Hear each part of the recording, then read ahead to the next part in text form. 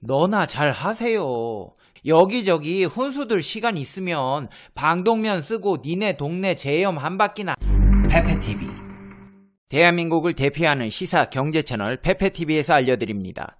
일본이 병들고 있습니다. 원인 불명의 사스 계열의 신종 코로나 바이러스 우한 폐렴이 일본으로 확산되어 동아시아를 넘어 세계를 공포에 떨게 만들고 있습니다. 이 우한 폐렴은 닭에서 처음 발견되어 돼지 등으로 확산되었고 결국 인간들에게까지 확산되게 되었는데, 이 바이러스가 중국에 이어 일본까지 퍼지게 된 것입니다.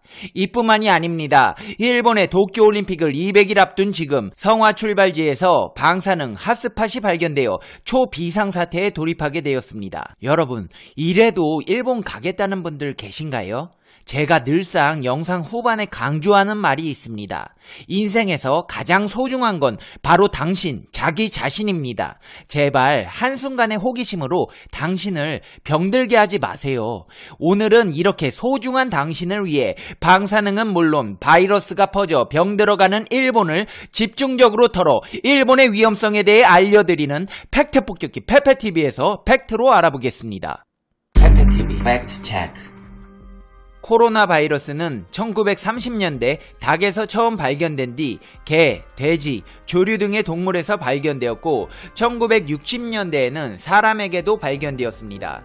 바이러스 표면 모양이 태양의 코로나와 비슷해 코로나 바이러스라는 이름이 붙었습니다.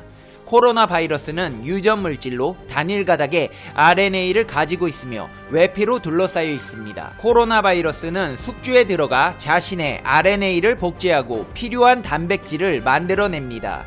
개, 돼지, 소, 조류 등이 코로나 바이러스에 감염되면 호흡기와 소화기에 질병을 일으키게 됩니다.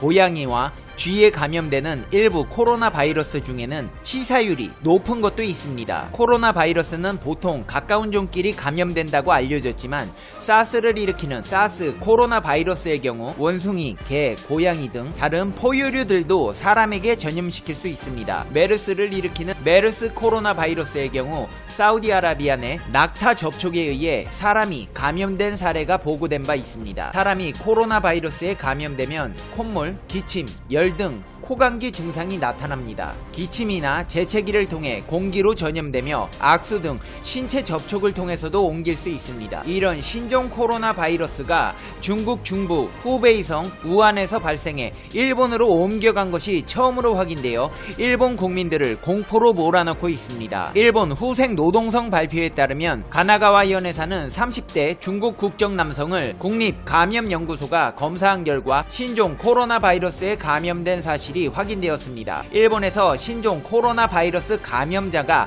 확인된 것은 처음이며 세계적으로는 태국에 이어 두 번째입니다. 교도통신에 따르면 이 남성은 우한을 여행 중이던 지난 3일 발열이 시작돼 6일 일본에 귀국한 뒤 폐렴 증상으로 입원하여 신종 코로나 바이러스 감염 확진 판정을 받은 후 치료를 받고 증상이 회복되었으며 15일에 퇴원해 현재는 자택에서 요양 중인 것으로 알려졌습니다. 이 남성은 코로나 바이러스 진원지로 의심되는 우한 수산물 시장에는 들르지 않았지만 우한에서 체류 중에 폐렴 환자와 접촉한 적이 있다고 말했다고 후생 노동성은 밝혔습니다. 이 환자로 인해 일본은 발칵 뒤집혔습니다. 스가 요시히데 관방장관은 기자회견에서 관계 부처 연락회의를 개최했다면서 후생 노동성을 중심으로 국제정보 수집 및 검역을 착실하게 실시하고 의심 환자가 발생할 경우 검사 등의 만전을 기하겠다고 말했습니다. 중국 우한에서는 지난달부터 원인 불명의 폐렴 환자가 발생해 41명이 확진 판정을 받았으며 이 중 61세 남성이 사망했습니다. 세계보건기구는 우한 폐렴이 사스와 메르스를 발병시킨 코로나 바이러스의 신종 바이러스로 보인다고 밝혔습니다. 우한시 위생건강위원회는 폐렴을 일으킨 신종 코로나 바이러스가 사람 간 전염 가능성이 있다고 공식 발표해 불안이 확산되고 있습니다. 이렇게 신종 바이러스까지 확산되고 있는 가운데 일본 올림픽 성화 봉송지에서 방사능 핫스팟이 발견되어 도쿄올림픽이 방사능 피폭의 재앙을 세계적으로 확산시킬 것이라는 전문가들의 주장에 힘을 실어주고 있습니다. 오는 7월 24일 개막하는 올림픽의 시작을 알리는 성화는 80일 뒤인 3월 26일 촛불을 밝힐 예정입니다. 세계인의 축제 올림픽이 임박했지만 2011년 후쿠시마 원전 사고를 비롯한 일본 내 방사능에 대한 논란은 여전한 상황입니다. 일본 정부는 안전하다고 입장을 고수하고는 있지만 일본 내 시민단체나 국제환경단체에서는 일본 올림픽 자체를 취소해야 한다는 주장들이 나오고 있는 가운데 방사능 핫스팟이 발견되어 경각심을 일깨워주고 있습니다. 도쿄올림픽의 봉화가 출발하는 곳은 일본 축구대표팀 전용 훈련시설인 J빌리지입니다. 첫 번째 성화 봉송주자는 일본 여자 축구팀이 출발할 예정입니다. 이곳은 후쿠시마현의 원자력 발전소 남쪽 10km 지점에 있습니다. 후쿠시마 원전 운영사인 도쿄전력이 지은 시설로 지난 2011년 원전사고 발생 당시 피폭을 우려해 운영을 중단한 적이 있습니다. 환경단체 그린피스가 J빌리지 주변의 방사능 농도를 측정했는데 주차장 인근 잔디밭에서 방사능 농도가 매우 높은 핫스팟이 발견되었습니다. 당시 측정치는 71 마이크로시버트였습니다. 일본 정부가 오염 지역의 흙을 제거하는 제염 작업은 대기 중 방사능 농도를 0.23 마이크로시버트까지 낮추는 게 목표인데 이를 훨씬 넘겼습니다. 지난해 12월 재조사한 결과 2달 전 발견된 핫스팟은 제염 작업이 완료된 것으로 나타났습니다. 그러나 그린피스는 안심할 수 없다는 입장입니다. 재측정에도 행인들이 다니는 주차장의 방사능 농도가 여전히 제염 목표의 15배나 됐기 때문입니다. 연간 31 마이크로시버트로 독일 등에 비해 느슨한 일본 기준으로도 주민들을 대피시켜야 하는 심각한 수준이었습니다. 그린피스 측에서는 핫스팟이 발견되면 당장 그곳만 제염하는 식의 눈 가리고 아웅하는 제염 작업이 반복되고 있다며 J빌리지 전체가 위험한 지역인데 조사도 제대로 하지 않은 채 성화 봉송과 같은 큰 이벤트를 여는 건 무책임한 결정이라고 비판했습니다. 방사능 핫스팟은 또 있습니다. 야구와 소프트볼 경기가 열리는 후쿠시마 아즈마 야구장 역시 후쿠시마 원전에서 97km 거리입니다. 축구 경기가 열리는 미야기현의 미야기 축구장은 약 118km 떨어져 있습니다.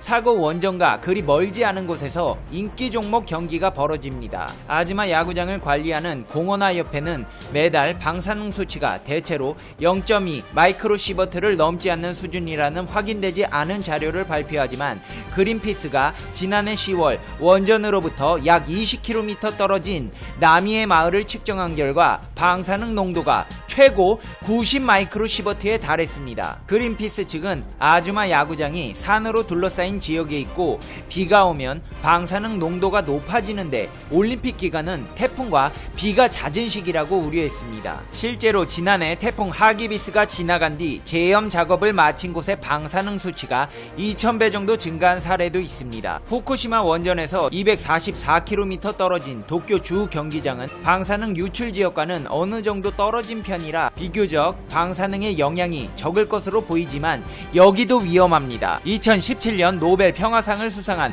반핵단체 핵무기 철폐 국제 캠페인의 틸만 러프 교수는 현재 방사능이 치바, 사이타마 등 후쿠시마 서쪽, 남서쪽으로 뻗어 있을 뿐 아니라 도쿄 북쪽도 오염도가 상당히 높다고 밝혔습니다. 실제로 도쿄 시민들이 직접 채취하고 측정한 흙에서 0.443 마이크로시버트의 방사능이 측정된 적이 있습니다. 국제환경단체도 일본 정부의 정보 공개와 적극적인 대책을 촉구하고 있습니다.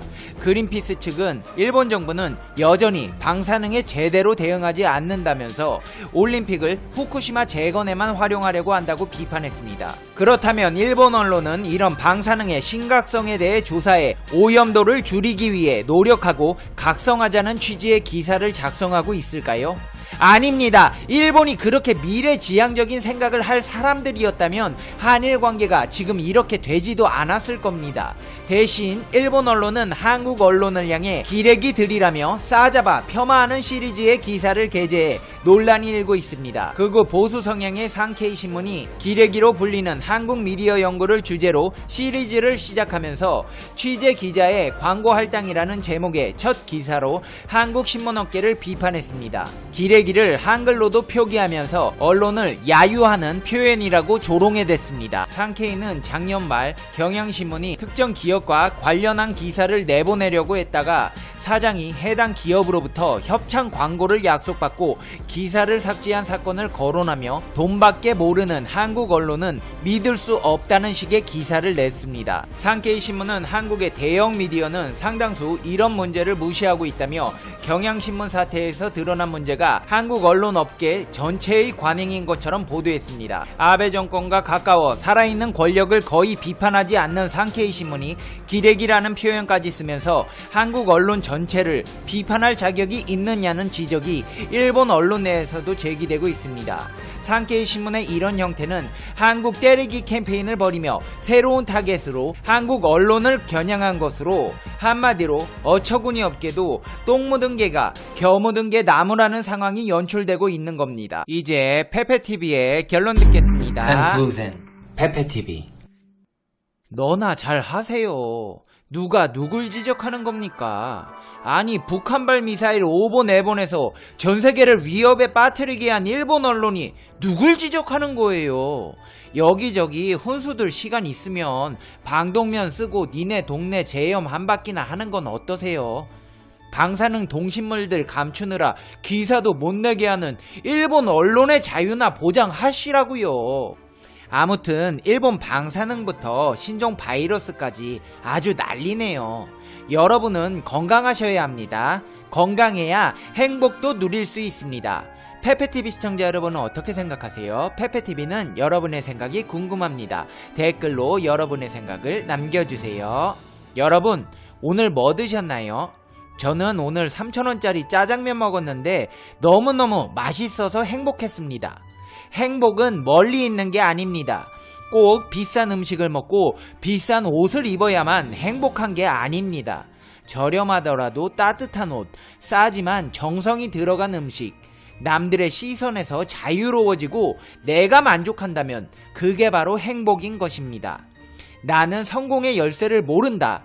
그러나 실패의 열쇠는 모두의 비위를 맞추려 하는 것이다 라는 말이 있습니다. 남들 시선 너무 신경 쓰지 말고 자신이 행복한 거, 좋아하는 거 하세요. 저는 그래서 구멍난 옷 입고 가서 3,000원짜리 짜장면 먹은 오늘을 행복한 날 중에 하나로 기억할 것입니다. 무엇을 하든 행복한 당신이 되기를, 가장 당신답게 살기를 응원하겠습니다. 2020년 새해에는 더 많이 웃고 더 적게 울며 문득문득 행복하시기를 바라겠습니다. 그럼 다음 영상에서 봬요. 안녕.